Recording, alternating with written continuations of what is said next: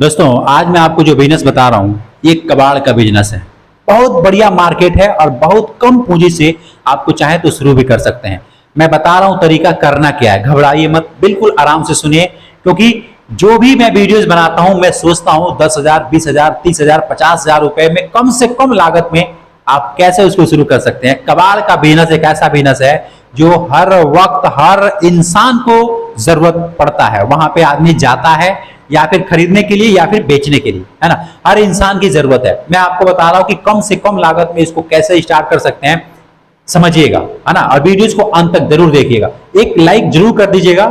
हाँ, आपसे कह रहा हूं एक लाइक कर दीजिएगा, चैनल को भी सब्सक्राइब कर लीजिएगा और नोटिफिकेशन की घंटी आती है उसको भी आप ऑल पे सिलेक्ट कर लीजिएगा। ये सब बिल्कुल फ्री है, इसलिए मैं कह रहा हूं कि लाइक करते हैं तो मुझे मोटिवेशन मिलता है, मुझे अच्छा लगता है। और चैनल को सब्सक्राइब करके रखेंगे तो मैं जो भी नई नई वीडियोस बनाऊंगा अलग अलग आइडियाज पे, उसका नोटिफिकेशन आपको सबसे पहले जाएगा। ठीक है, तो चलिए शुरू करते हैं। यहां पे मैं लिखता हूं कबाड़ का बिजनेस, कबाड़ का बिजनेस। अब देखिए इसको कैसे कम से कम लागत में शुरू करेंगे और आपको क्या करना होगा।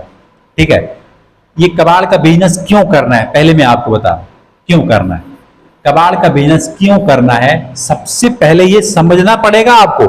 मेरे कहने से स्टार्ट, मतलब मान लो कि मेरे कहने से कोई स्टार्ट कर देगा तो वो फंस जाएगा। पहले उसको समझना पड़ेगा भाई कि मैं कबाड़ का बिजनेस क्यों करूंगा। अगर कोई इंसान बेरोजगार है, पैसा नहीं है, पूंजी नहीं है और सोच रहा है कि मैं कोई धंधा करूंगा, अब इसको समझ ही नहीं आ रहा है क्या करूं, पढ़ा लिखा भी नहीं है, उतना डिग्री नहीं है, कुछ नहीं है, मैं कहूंगा कि भाई आप कबाड़ का बिजनेस कर लो। आपके पास थोड़े बहुत पैसे हैं, ये स्टार्ट हो जाता है। तो सबसे पहले मैं आपको बता रहा हूं क्यों करना है। क्यों इसलिए करना है कि और कुछ आपको समझ नहीं आ रहा है क्या करें, इसलिए करना है। और ये 12 महीने की जरूरत है। 12 महीना इंसान इसके पास जाता आता रहता है, कबाड़ के दुकान के पास।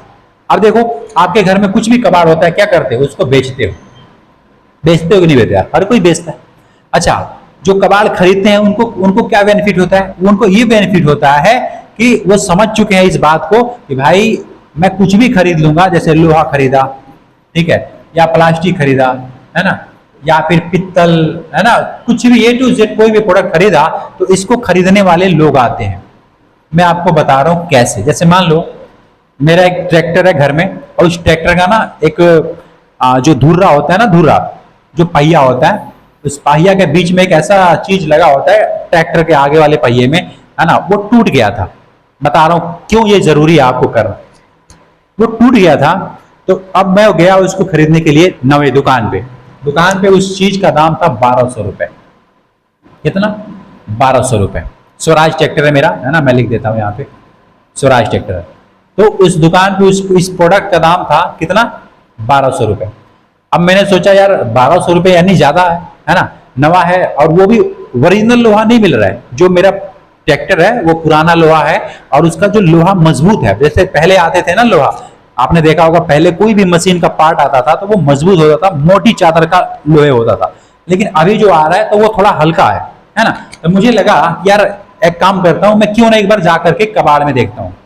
कबाड़ में जो ट्रैक्टर होते हैं पुराने वाले लोग बेच देते हैं, या फिर पहिया होता है लोग बेच देते हैं। तो मैं एक बार पता करता हूं, क्या पता, अब मान लो ट्रैक्टर का सब कुछ खराब तो नहीं होता है, कुछ तो अच्छा होता है। तो चलते हैं, कोई देखते हैं, कोई अगर पहिया उसका अच्छा होता है, ये धूरा जिसको कहते हैं, अगर ये बढ़िया होता है तो मैं खरीद लूंगा, है ना।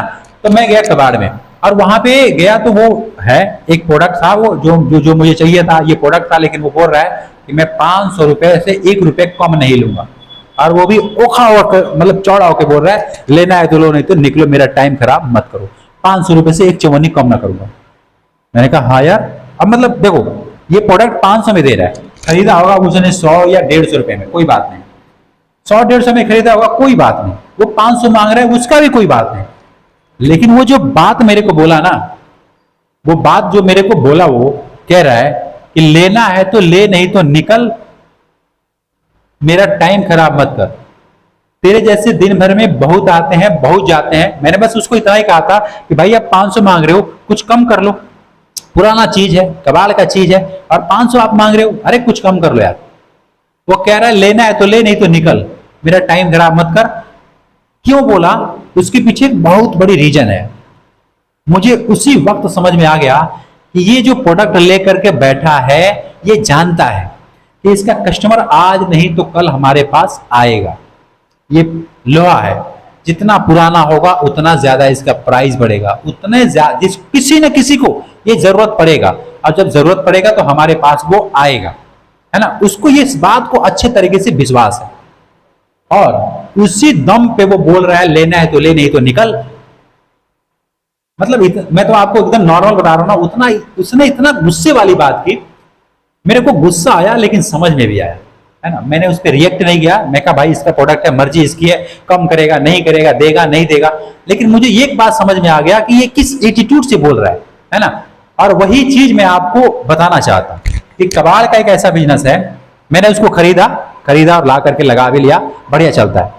तो मैं इसलिए आपको कह रहा हूं कि कबाड़ का जो बिजनेस है ये 12 महीना चलने वाला है, और एक एटीट्यूड रहता है यार, कुछ भी आपने खरीदा है वो खराब नहीं होगा, जितना पुराना होगा उतना रेट बढ़ेगा, उतना दाम बढ़ेगा, है ना। और लोग ग्राहक उसको ढूंढते हुए आपके पास आएंगे। कोई साइकिल का पार्ट हो सकता है, कोई बाइक का पार्ट हो सकता है, कोई मोटर चरपहिए का पार्ट हो सकता है। देखो यार, कबाड़ में हर चीज आता है।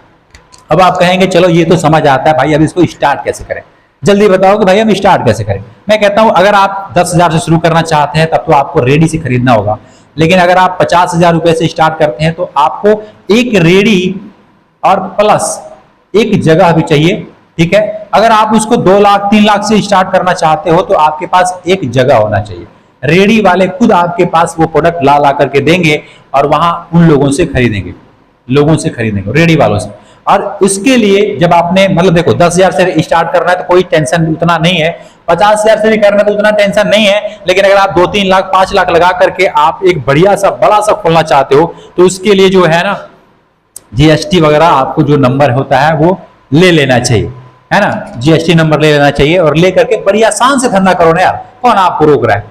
आप कानून की प्रक्रिया से करो, कोई आपको नहीं रोकेगा। हाँ, आप देख लीजिए किस जगह पे मैं हूं, जिस जगह पे है उस हिसाब से। यहाँ पे है तो इसका मतलब ये नहीं कि आप जिंदगी भर यहीं पे रहेंगे। अरे जब यहाँ से आप यहाँ आएंगे तो फिर आपको जीएसटी लेना पड़ेगा और ले लेना चाहिए। देखो यार, इसमें परेशानी वाली बात नहीं है, आप भी कमाइए, सरकार को भी टैक्स दीजिए, क्या दिक्कत है, कोई दिक्कत नहीं है।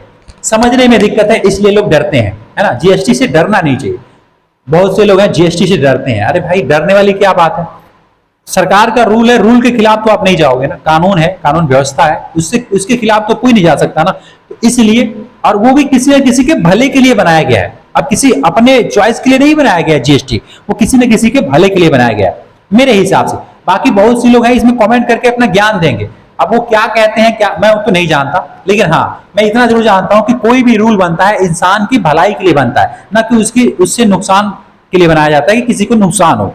किसी को नुकसान करके सरकार को क्या मिलेगा, है ना। इसलिए डरना नहीं चाहिए। आप देख लीजिए 10,000 पे है, 50,000 पे है, 5 लाख पे है, किस जगह पे है, आप वहां से स्टार्ट कीजिए। और ये मैं आपको बता दिया हूं कि क्यों करना है, कैसे करना है।